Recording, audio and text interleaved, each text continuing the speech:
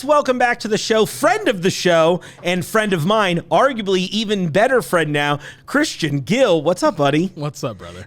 We brought you back in here because you just beat someone a lot of us would like to beat. Bobby Flay, congratulations. Thank you. That wasn't who I thought you were going to say at first, and I was like, did I? But oh, yes. No, my dad doesn't listen to this show. No, it's okay. I don't think anybody wants to beat him either. He's cool.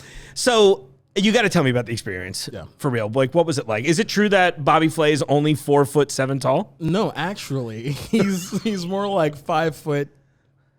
I don't know. Okay, he's so you got a little height on us. Okay. Yeah, he's got a little bit with the fro. Like, I was standing real tall and proud. Of course. Power pose. Power pose. I got lots of that. Lots of neck cracking, lots of like sizing him up, the shoulder rolls. You got like, it was like the thing where you like saved all of the pops in your knuckles until you were like, just like right there. Yeah. Just ready. Oh, we both saved him up for this show. Good work. It was good.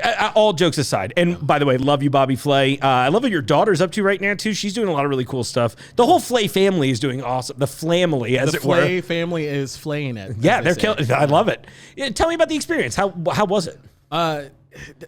Bobby Flay was definitely a whirlwind experience from the standpoint of I've never done a show like that before.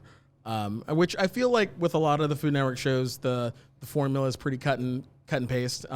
This one, the live audience definitely rattled me. That first round is 20 minutes. Like, you have 20 minutes to cook and plate 4 identical dishes. Wow. Plus, we had vegan, like, because JB Smoove was our host. And so one of the best dressed people I've ever met in my entire life, by the way. Oh, that man is the reason that I wear hats now. Like, shout out JB Smoove, we love you. Actually, I was wearing him in a shirt in last week's episode. So I was wearing my Vapora Sports just for you. Oh. So let's take it back. It's Vapora Sports because I'm a sporty person. Oh, I love it. Sorry. No, you're good. So we just love JB Smoove. That's it. We love you, baby. Love you so much. Love you. So the show, though, it definitely rattled me that there were only 20 minutes in the first round.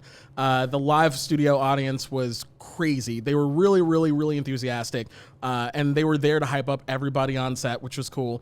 But vegan plus 20 minutes plus bok choy, like those three, that was the ultimate trifecta of fudge. Like, in terms of just not knowing exactly what I was going to do until halfway through making it. And, like, of course, the producers are like, what are you making? What are you making? What are you making? And I'm like, I don't know, food. Like, you told me to make food, so that's what I'm making. Right, and I was going to ask you that, too. Like, how much prompting do they give you up front? Not really. None. They're just kind of like, just beat him. You have none. Just beat him. Okay. Like, you have no prompting. He has no prompting. Wild. It's great. I mean, it's as organic as I think you probably can make it. Like, beating Cecilia in the first round, or Cece.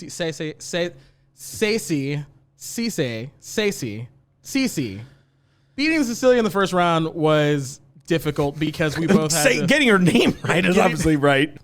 Beating the chef in the first round was difficult just for the simple fact that we both had to do vegan. We both had the bok choy element, and they gave us multiple kinds of bok choy, which was great. I had no idea she was making a taco. Like, I was so hyper focused on trying to get this bok choy ceviche to just like form itself. To just wanted it to appear, and it was working, but I didn't know it was working until it was done. And it ended up looking really, really nice. Like, that's got to be terrifying, though, dude. Like, you're like, oh, let's hope this is it. Let's hope this comes to fruition, because I have no idea what I'm doing. Like, no idea what I'm doing, in the sense that, like, I don't know where this is going beyond the flavors that I want it to impart. And it happened to work out perfectly. Like, I made sure I kept tasting my food. That's one thing. Like, if you're on a competition show, or if you have an opportunity for any sort of food competition, taste. Like, you're never going to be able to taste too much. You don't have enough time to, like, over taste. You can over salt, and you can undersalt, underseason, overseason, but you can never over taste. So just make sure you're tasted. Smart. And then, of course, the second round with Bobby, like, They put it in there where I asked him, if he likes biscuits, and he was like, "Oh yeah, like, I love biscuits." And I'm like, "We're not doing biscuits." Literally psyched him out so bad. He thought we were doing biscuits, and I was like, "No, we're not. We're doing banh mi." And that rules. Shook him to the core. I love it. Like, you got to play a psychological game with him. That's half of the beating of Bobby. Yeah, like, if you want to be Bobby Flay and you have the opportunity to go on that show, you have to make something that's from a place in the world that you might not even be the most comfortable with. Like, just work on that, because if it's something that he doesn't really know a lot about at all, like, if he eats it, that's great, but if he never really cooks it, that's the only true advantage you have. And even then, there are plenty of times where Bobby has won by cooking things he's never cooked before, only cooked once. Because he's a killer. Yeah. I mean, he's stone cold killer. Like, he's an Iron Chef for a reason. Like, it's his kitchen for a reason. You literally, you tell him what you're making, what the special dish is, and from then he probably has 5 minutes to think about it. That's amazing. Maybe 5. What a cool experience. Well, and I should bring this up because I thought I would, we'll give a little teaser, and then I thought I would invite you back here to next week's episode. Maybe we could cook something together in honor of,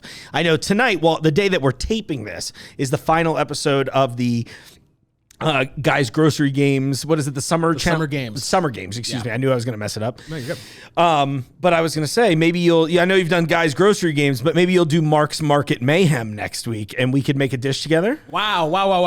I'm coming for you, Guy Fieri. Wow. Look at me. Look in my eyes right now, Guy. Mark's. Thank you. Market. You have beautiful eyes, Guy. Mayhem. I'm down. Yeah. What was it again? Mark's Market Mayhem. Can you say it into the camera for me? Mark's Market Mayhem. Yeah, I'm cutting that out into a clip. Congratulations. Well, all kidding aside. Thank you. Now that you're officially my new best friend. I'm Thank you, best friend. You're so welcome. Oh my gosh, it's so crazy how our friendship gets better the more successful you get. Weird. I'm just happy. I'm just happy to be here and be a part of. No, you paid my podcast fee, so thank you. That was the important part. It's going up. Christian, congratulations. All kidding aside, looking forward to next week. We'll do something. Maybe you can bring in some stuff from Spiceology. Yeah, I'd love to. Yeah, that's a lot with him lately, so that would be great. I'm very excited about that. Well, thanks, bud, and we'll see you next week. Yeah, all right, everybody. If you're watching this and you have a request that you want to see Christian make with me, put it in. I might not do anything with it, but I'd like you all to feel like you're a part of this process. I have a few things in mind, though, so stay tuned. Yes. Be gentle. No, be a little rough. We're both looking into cameras competing for direct eye line time. Look at Christian's eyes. Now look at mine. Now look at mine. Now look back at me. Look at Christian. I'm the captain now. Old Spice.